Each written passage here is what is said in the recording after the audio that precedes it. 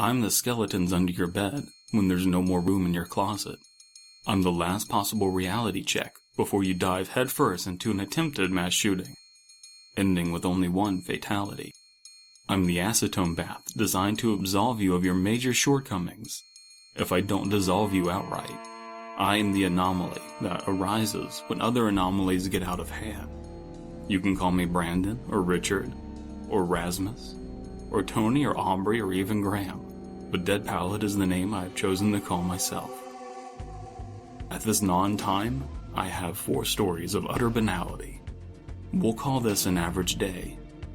An average day at the docks, an average day at school, an average day alone, and an average day in the woods. Now you should probably stop watching before something goes wrong and things get more interesting.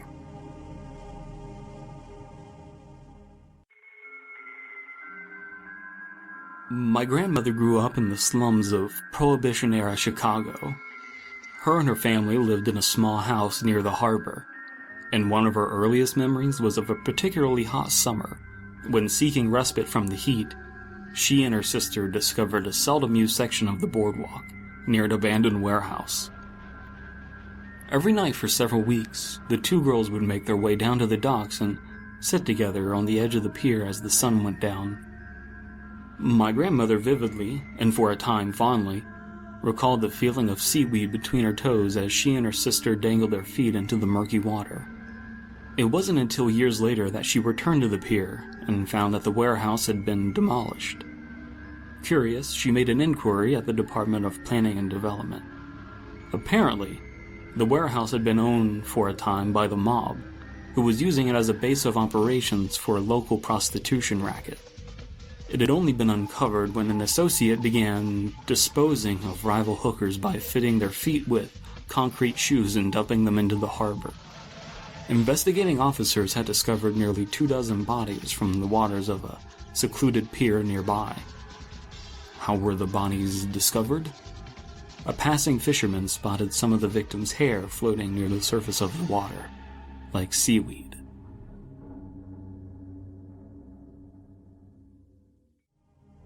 Continue.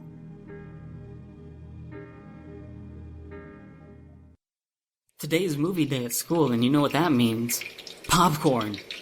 I love popcorn. The way it tastes and smells, and even the sound it makes when it pops in the big red machine. Today we're watching a Disney movie, I think. Mr. Hales had to sit on the floor in front of the big TV while he goes next door to Mrs. Carney's class to get us all popcorn. That's where the big red machine is. I can hear the popping now. Can't wait. I like mine with a lot of butter. I wonder what's taking Mr. Hales so long. I hear the popping next door. Mr. Hales left the door open. I think he does that so we can smell it from the hallway. Wait. When did the popping stop? Did they run out of popcorn? Why are people yelling in the hallway? I want to get up and see what's going on next door, but Mr. Hales said we need to stay put and behave. There's Mr. Hales. I can see him near the door. Why is he crawling on the floor? A big man stepped over Mr. Hales with something in his hands, and now there's more popping down the hall. I thought we only had one popcorn machine in the school. Where's our popcorn?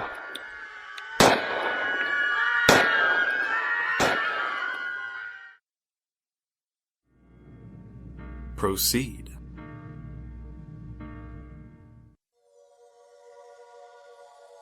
As an only child, my parents were usually around me, at least one of them.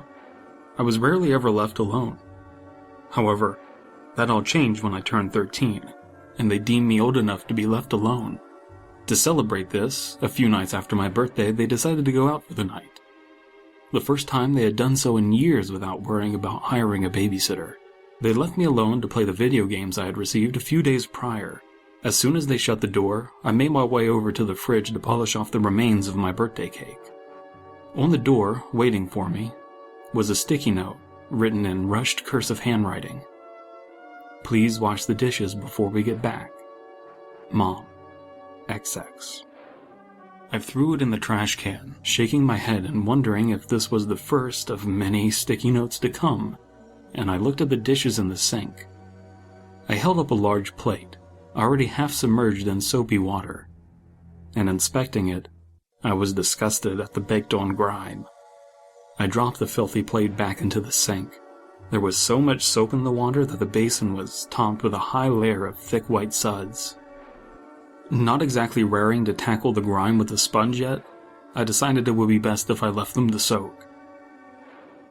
Sitting back in my chair with my cake, I played video games, content with life, until I fell asleep in front of my television. A few hours later, I hastily awoke and looked at the clock. 11:30. My parents would be home in a few hours, so I decided I should probably get started on the dishes. Back in the kitchen, the soaking must have worked as the dishwasher turned a thick and grayish-brown color. I gingerly picked up a pot with my fingertips and tipped the murky water away. And out with it came several razor blades, which collected on the plate from earlier.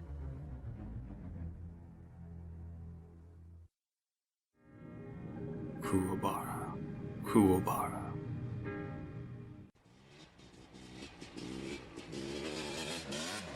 The boys came buzzing out of the trailhead on their dirt bikes like a horde of angry bees. I heard them coming through the woods, tearing up the trails. I was tending to my hogs, and they went ripping by on the main road, getting old Jerry riled up. Jerry was my dog. He was a good boy and had just turned 13. He didn't like the sound of those dirt bikes and would snarl and bark at them when they went by, pulling against his rope. Jerry wasn't a fan of loud noises. Thunderstorms and fireworks scared the shit out of him.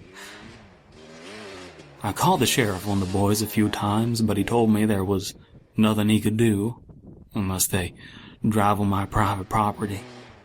Didn't surprise me much, seeing how his nephew was one of them. One day the boys stopped coming around, and the sheriff came by, and he seemed upset, asking if I'd seen his sister's boy and his friends. I told him the last time I saw that boy, he and his buddies were out on their bikes, heading towards the trail on the north end. That damn noise they made gave old Jerry a heart attack, and he died mid-snarl. Dropped dead. Just like that. The sheriff didn't seem to care about old Jer, though. He thanked me and went on his way, heading off towards the trails. I expect he'll be back as soon as he finds the wire I put up between those trees, and the boys' heads underneath it.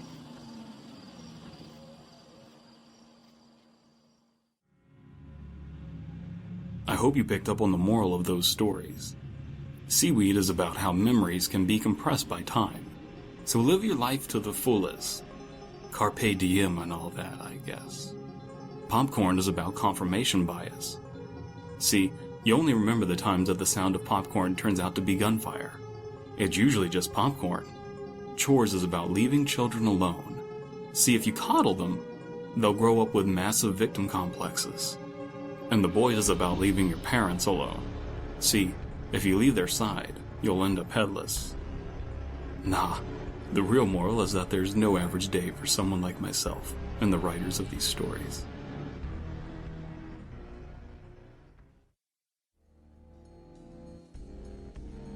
The Boys was written by McGrupp, 76. Seaweed was written by September Derleth. Popcorn was written by The Angry Gooch. Chores was written by Birthday Pigeon. Links are in the description.